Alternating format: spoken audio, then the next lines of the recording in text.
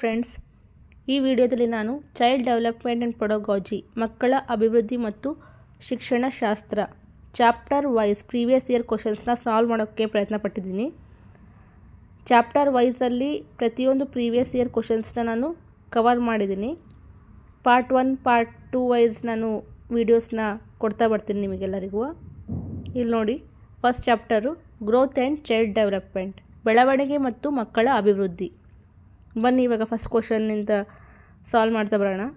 Which of the following is not the true characteristics of development. ಈ ವಿಡಿಯೋಸಲ್ಲಿ ನಾನು ಬೈಲಿಂಗ್ವೆಲ್ ಮಾಡಿದ್ದೀನಿ, English ಮತ್ತು ಕನ್ನಡ ಎರಡರಲ್ಲೂ ಕ್ವಶನ್ಸ್ನ ಡಿಸ್ಕಸ್ ಮಾಡಿದ್ದೀನಿ.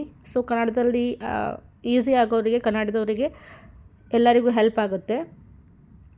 ಸರಿ, ಫಸ್ಟ್ ಕ್ವಶನ್ ನೋಡೋಣ. Which of the following is not the true characteristics of development. Development involves changes. Early development is more critical than later development. Development patterns are unpredictable. There are individual differences in development. ಕನ್ನಡದಲ್ಲಿ ನೋಡೋಣ. ಈ ಕೆಳಗಿನವುಗಳಲ್ಲಿ ಯಾವುದು ಅಭಿವೃದ್ಧಿಯ ನಿಜವಾದ ಲಕ್ಷಣವಲ್ಲ. ಅಭಿವೃದ್ಧಿಯು ಬದಲಾವಣೆಯನ್ನು ಒಳಗೊಂಡಿರುತ್ತದೆ. ಅಕ್ಷರದ ಅಭಿವೃದ್ಧಿಗಿಂತ ಆರಂಭಿಕ ಬೆಳವಣಿಗೆಗೆ ಹೆಚ್ಚು ನಿರ್ಣಾಯಕವಾಗಿದೆ. ಅಭಿವೃದ್ಧಿ ಮಾದರಿಗಳು ಅನಿರೀಕ್ಷಿತ. ಅಭಿವೃದ್ಧಿಯಲ್ಲಿ ವೈಯಕ್ತಿಕ ವ್ಯತ್ಯಾಸಗಳಿವೆ. ನೋಡಿ ಫ್ರೆಂಡ್ಸ್, ಇದಕ್ಕೆ ಕರೆಕ್ಟ್ ಆನ್ಸರ್ ಯಾವುದು ಅಂತ ಹೇಳಿದ್ರೆ ಆಪ್ಷನ್ ಸಿ. ಅಭಿವೃದ್ಧಿ ಮಾದರಿಗಳು ಅನಿರೀಕ್ಷಿತ. ಇಲ್ಲಿ ನೋಡಿ, ಸಾರಿ ಫ್ರೆಂಡ್ಸ್, ಇಲ್ಲಿ ಸ್ವಲ್ಪ ತಪ್ಪಾಗ್ಬಿಡ್ತು.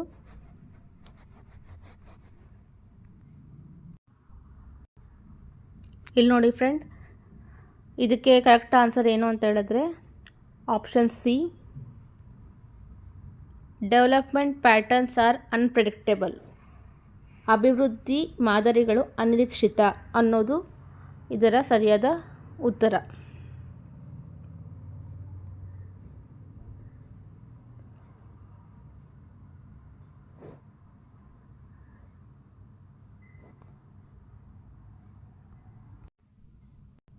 ಸರಿಯಾದಂಥ ಉತ್ತರ ಕ್ವಶನ್ ನಂಬರ್ 1ಗೆ ಆಪ್ಷನ್ ಸಿ, ಅಭಿವೃದ್ಧಿ ಮಾದರಿಗಳು ಅನಿರೀಕ್ಷಿತ ಅನ್ನೋದು. ಯಾಕೆ ಅಂದರೆ development stages predictable. First infancy ಬರುತ್ತೆ, ನೆಕ್ಸ್ಟು ಅರ್ಲಿ ಚೈಲ್ಡ್ಹುಡ್ಡು, ಆಮೇಲೆ ಲೇಟರ್ ಚೈಲ್ಡ್ಹುಡ್ಡು, ಆಮೇಲೆ ಅಡೋಲ್ಸೆನ್ಸ್. ಡೆವಲಪ್ಮೆಂಟ್ ಪ್ಯಾಟರ್ನ್ಸು ಪ್ರಿಡಿಕ್ಟೇಬಲ್ ಆಗಿರುತ್ತೆ, ಅನಿರೀಕ್ಷಿತ ಅಲ್ಲ. ಆದ್ದರಿಂದ ಆಪ್ಷನ್ ಸಿ ಕರೆಕ್ಟ್ ಆನ್ಸರ್. ಬನ್ನಿ ಫ್ರೆಂಡ್ಸ್, ಇವಾಗ ನೆಕ್ಸ್ಟ್ ಕ್ವಶನ್ಸ್ ನೋಡೋಣ.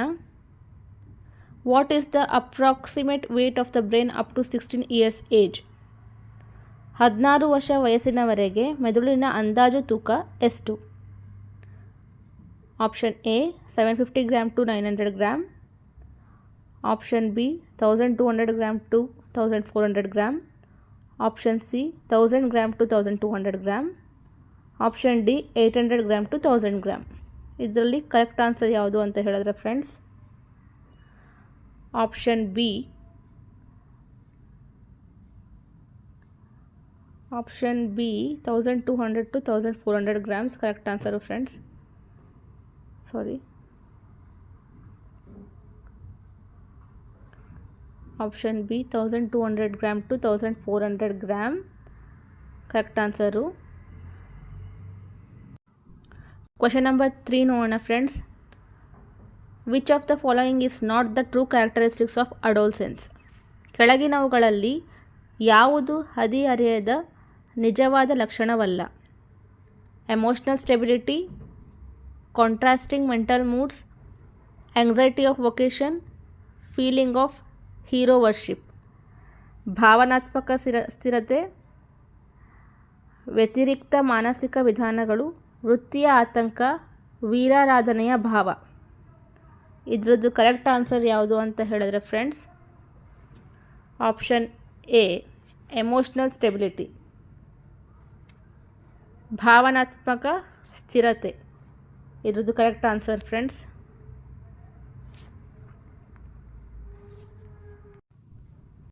ನೆಕ್ಸ್ಟ್ ಕ್ವಶನಿಗೆ ಹೋಗೋಣ. Question number 4. Which of the following is not the true characteristics of adolescence? ಕೆಳಗಿನವುಗಳಲ್ಲಿ ಯಾವುದು ಹದಿಹರೆಯದ ನಿಜವಾದ ಲಕ್ಷಣವಲ್ಲ? Adolescence is transitional state between childhood and adulthood. In adolescence, there is vague individual status. Adolescence is the threshold of adulthood.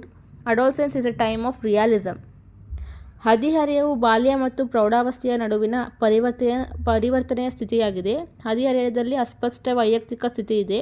ಹದಿಹರೆಯವು ಪ್ರೌಢಾವಸ್ಥೆಯ ಅಗ್ಗದ ಮಿತಿಯಾಗಿದೆ. ಹದಿಹರೆಯು ವಾಸ್ತವಿಕತೆಯ ಸಮಯ. ಇದ್ರದ್ದು correct answer ಯಾವುದು ಅಂತ ಹೇಳಿದ್ರೆ ಫ್ರೆಂಡ್ಸ್, ಕ್ವಶನ್ ನಂಬರ್ 4ನ correct answer option number D, adolescence is a time of realism. ಹದಿಹರೆಯದು ವಾಸ್ತವಿಕತೆಯ ಸಮಯ. ಇದು ಕರೆಕ್ಟ್ ಆನ್ಸರು. ಯಾಕೆಂದರೆ ಇಲ್ಲಿ ಕ್ವಶನ್ನಲ್ಲಿ which of the following is not the true characteristics of adolescence ಅಂದರೆ ಯಾವುದು ಅಲ್ಲ ಅಂತ ಕೇಳಿದರೆ, adolescence is a time of realism ಅದು ಅಲ್ಲ. ಯಾಕೆ ಅಂತ ಹೇಳಿದ್ರೆ ರಿಯಾಲಿಟಿಗಿಂತ ನಾವು ಇಮ್ಯಾಜಿನೇಷನಲ್ಲೇ ಜಾಸ್ತಿ ಇರೋದು ಕಂಡಿದ್ದೀವಿ ನಾವು. ಹದಿಹರೆಯದ ವಯಸ್ಸಿನಲ್ಲಿ ಬಹಳ ಸ್ವಲ್ಪ ಕನ್ಫ್ಯೂಷನ್ ಸ್ವಲ್ಪ ಜಾಸ್ತಿ ಇರೋದ್ರಿಂದ is a time of reality ಅಲ್ಲ, ಇಮ್ಯಾಜಿನೇಷನಲ್ಲಿ ಇರೋದ್ರಿಂದ ಆಪ್ಷನ್ ಡಿ ಇದಕ್ಕೆ ಸರಿಯಾದ ಉತ್ತರ ಆಗಿದೆ. ಕ್ವಶನ್ ನಂಬರ್ 5 ನೋಡೋಣ ಬನ್ನಿ friends. Which of the following statement is not correct? ಈ ಕೆಳಗಿನ ಯಾವ ಹೇಳಿಕೆ ಸರಿಯಾಗಿಲ್ಲ? Growth and development are two different aspects. Growth continue throughout life. Growth is one of the part of developmental process. Development is a continuous process. ಬೆಳವಣಿಗೆ ಮತ್ತು ಅಭಿವೃದ್ಧಿ ಎರಡು ವಿಭಿನ್ನ ಅಂಶಗಳಾಗಿವೆ. ಬೆಳವಣಿಗೆಯು ಜೀವನದುದ್ದಕ್ಕೂ ಮುಂದುವರಿಯುತ್ತದೆ. ಬೆಳವಣಿಗೆಯು ಬೆಳವಣಿಗೆಯ ಪ್ರಕ್ರಿಯೆಯ ಒಂದು ಭಾಗವಾಗಿದೆ. ಅಭಿವೃದ್ಧಿ ನಿರಂತರ ಪ್ರಕ್ರಿಯೆ. ಇದರಲ್ಲಿ ಯಾವುದು ಕರೆಕ್ಟ್ ಆನ್ಸರ್ ಅಂತ ಹೇಳಿ ಫ್ರೆಂಡ್ಸ್. ಕ್ವಶನ್ ನಂಬರ್ 5ಯಲ್ಲಿ ಕರೆಕ್ಟ್ ಆನ್ಸರ್ ಯಾವುದು ಅಂತ ಹೇಳಿದ್ರೆ option B, growth continue throughout life. ಬೆಳವಣಿಗೆಯು ಜೀವನದುದ್ದಕ್ಕೂ ಮುಂದುವರಿಯುತ್ತದೆ ಅನ್ನೋದು ಕರೆಕ್ಟ್ ಆನ್ಸರು ಕ್ವಶನ್ ನಂಬರ್ 5. ಯಾಕಂತ ಹೇಳಿದ್ರೆ ಬೆಳವಣಿಗೆ ಒಂದು ಸ್ವಲ್ಪ ವರ್ಷದ ನಂತರ ಸ್ಟಾಪ್ ಆಗಿಬಿಡುತ್ತೆ. ನಾಟ್ ಕರೆಕ್ಟ್ ಅಂತ ಕೇಳಿದ್ದಾರೆ. ಆದ್ದರಿಂದ ಆಪ್ಷನ್ ಬಿ ಕ್ವಶನ್ ನಂಬರ್ 5ಗೆ correct answer. Next question number 6 ನೋಡೋಣ ಬನ್ನಿ ಫ್ರೆಂಡ್ಸ್.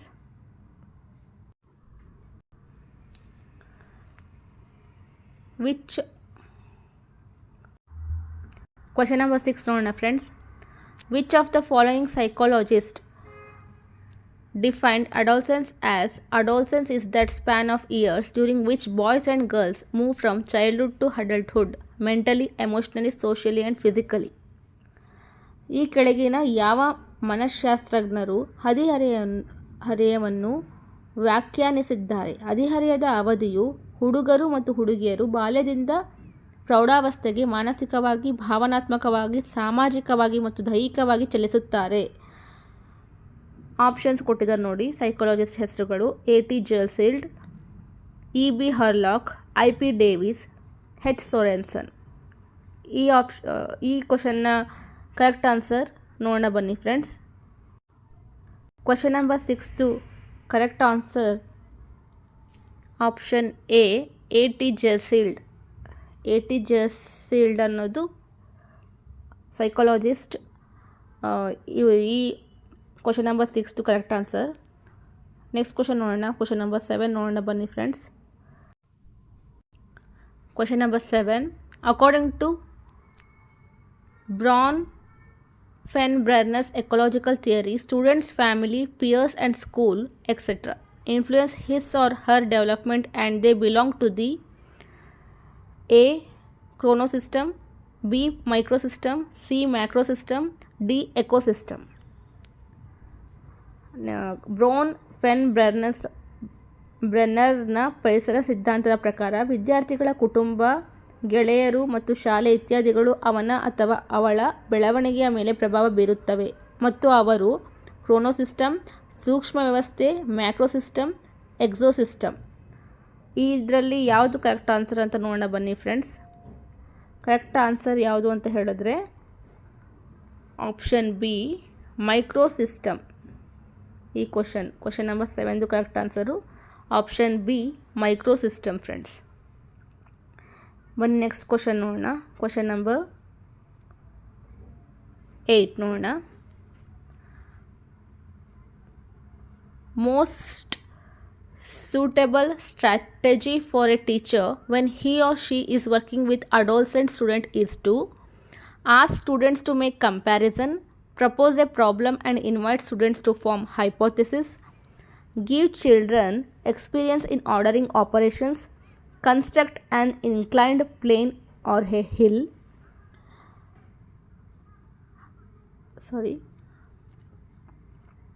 ಹದಿಹರೆಯದ ವಿದ್ಯಾರ್ಥಿಯೊಂದಿಗೆ ಕೆಲಸ ಮಾಡುವಾಗ ಶಿಕ್ಷಕರಿಗೆ ಅತ್ಯಂತ ಸೂಕ್ತವಾದ ತಂತ್ರವೆಂದರೆ ಆಪ್ಷನ್ ಎ ಹೋಲಿಕೆ ಮಾಡಲು ವಿದ್ಯಾರ್ಥಿಗಳನ್ನು ಕೇಳಿ, ಸಮಸ್ಯೆಯನ್ನು ಪ್ರಸ್ತಾಪಿಸಿ ಮತ್ತು ಊಹೆಯನ್ನು ರೂಪಿಸಲು ವಿದ್ಯಾರ್ಥಿಗಳನ್ನು ಆಹ್ವಾನಿಸಿ, ಆರ್ಡರ್ ಮಾಡುವ ಕಾರ್ಯಾಚರಣೆಗಳಲ್ಲಿ ಮಕ್ಕಳಿಗೆ ಅನುಭವವನ್ನು ನೀಡಿ, ಇಳಿಜಾರಾದ ವಿಮಾನ ಅಥವಾ ಬೆಟ್ಟವನ್ನು ನಿರ್ಮಿಸಿ.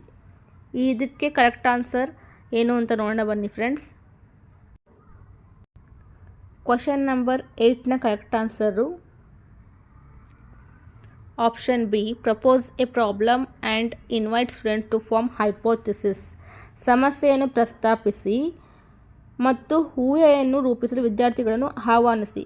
ಸ್ಟೂಡೆಂಟ್ಸಿಗೆ ಊಹೆ ಮಾಡೋಕ್ಕೆ ಬಿಡಬೇಕು ಅನ್ನೋದು ಈ ಕ್ವಶನ್ನ ಕರೆಕ್ಟ್ ಆನ್ಸರು ಕ್ವಶನ್ ನಂಬರ್ 8ಗೆ. ಬನ್ನಿ ನೆಕ್ಸ್ಟ್ ಕ್ವಶನ್ ನೋಡೋಣ. ಕ್ವಶನ್ ನಂಬರ್ 9 ನೋಡೋಣ friends. Which of the following statement is incorrect about principles of child development? Development follows a definite and predictable pattern. All individuals are similar in their development. Development is product of heredity and environment. Development works on the principle of integration. ಮಗುವಿನ ಬೆಳವಣಿಗೆಯ ತತ್ವಗಳ ಬಗ್ಗೆ ಈ ಕೆಳಗಿನ ಯಾವ ಹೇಳಿಕೆಯು ತಪ್ಪಾಗಿದೆ? ಅಭಿವೃದ್ಧಿಯು ಒಂದು ನಿರ್ದಿಷ್ಟ ಮತ್ತು ಊಹಿಸಬಹುದಾದ ಮಾದರಿಯನ್ನು ಅನುಸರಿಸುತ್ತದೆ. ಎಲ್ಲ ವ್ಯಕ್ತಿಗಳು ತಮ್ಮ ಬೆಳವಣಿಗೆಯಲ್ಲಿ ಹೋಲುತ್ತಾರೆ. ಅಭಿವೃದ್ಧಿಯು ಆನುವಂಶಿಕತೆ ಮತ್ತು ಪರಿಸರದ ಉತ್ಪನ್ನವಾಗಿದೆ. ಏಕೀಕರಣದ ತತ್ವದ ಮೇಲೆ ಅಭಿವೃದ್ಧಿ ಕಾರ್ಯಗಳು.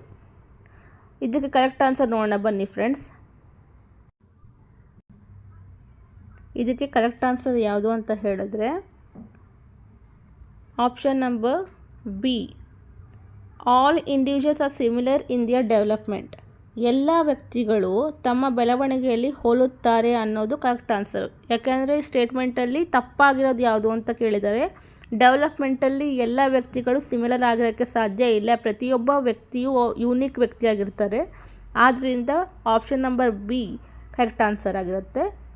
ಇನ್ನೆಲ್ಲ ಸರಿಯಾಗಿರೋದು ಇಲ್ಲಿ ಇನ್ಕರೆಕ್ಟ್ ಆಗಿರೋದು, ತಪ್ಪಾಗಿರೋದು ಸರಿಯಾಗಿರುತ್ತೆ. ಇಂಥ ಕ್ವಶನ್ಸ್ಗಳಲ್ಲಿ ಇನ್ಕರೆಕ್ಟ್ ಅಂತ ಹೇಳಿರ್ತಾರಲ್ಲ ಆ ಥರ ಕ್ವಶನ್ಸ್ಗಳಲ್ಲಿ.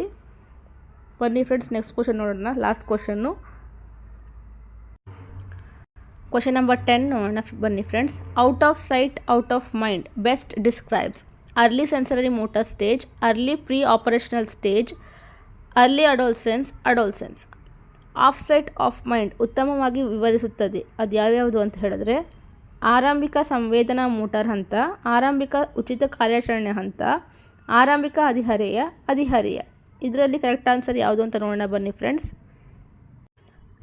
ಕ್ವಶನ್ ನಂಬರ್ 10ನಲ್ಲಿ ಕರೆಕ್ಟ್ ಆನ್ಸರ್ ಯಾವುದು ಅಂತ ಹೇಳಿದ್ರೆ option A early sensory motor stage, ಆರಂಭಿಕ ಸಂವೇದನಾ ಮೋಟಾರ್ ಹಂತ. ಯಾಕೆಂದರೆ ಚಿಕ್ಕ ಮಗುವನ್ನು ಕಣ್ಣಿಂದ ಬಹಳ ಜೋಪಾನವಾಗಿ ಕಣ್ಣು ಮುಂದೆನೇ ಇದ್ಕೊಂಡು ಕಾಯಬೇಕಾಗತ್ತೆ.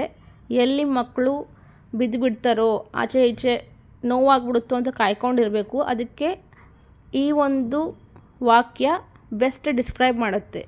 ಅದು ಆಪ್ಷನ್ 10ಗೆ correct answer option A early sensory motor stage ಅಂದರೆ ಆರಂಭಿಕ ಸಂವೇದನಾ ಮೋಟಾರ್ ಹಂತ. ಪುಟಾಣಿ ಮಕ್ಕಳು ಹೇಗಿರ್ತಾರೆ ಅಂತ ನಿಮಗೆಲ್ಲರಿಗೂ ಗೊತ್ತಿರೋ ಹಾಗೆ. ಅದರಿಂದ out of sight out of mind ಆರಂಭಿಕ ಸಂವೇದನಾ ಮೋಟಾರ್ ಹಂತ ಬೆಸ್ಟ್ ಡಿಸ್ಕ್ರೈಬ್ ಮಾಡುತ್ತೆ. ಇವತ್ತಿಗೆ ಇಷ್ಟೇ ಫ್ರೆಂಡ್ಸ್. ಈ ವಿಡಿಯೋ ನಿಮಗೆ ಚೆನ್ನಾಗಿ ಅನಿಸಿದ್ರೆ, ಹೆಲ್ಪ್ ಆದರೆ ಸ್ವಲ್ಪ ಎಕ್ಸಾಮ್ ಪ್ರಿಪರೇಷನಲ್ಲಿ ಪ್ಲೀಸ್ ಲೈಕ್ ಮಾಡಿ, ಸಬ್ಸ್ಕ್ರೈಬ್ ಮಾಡಿ. Thank you so much. Take care. Bye.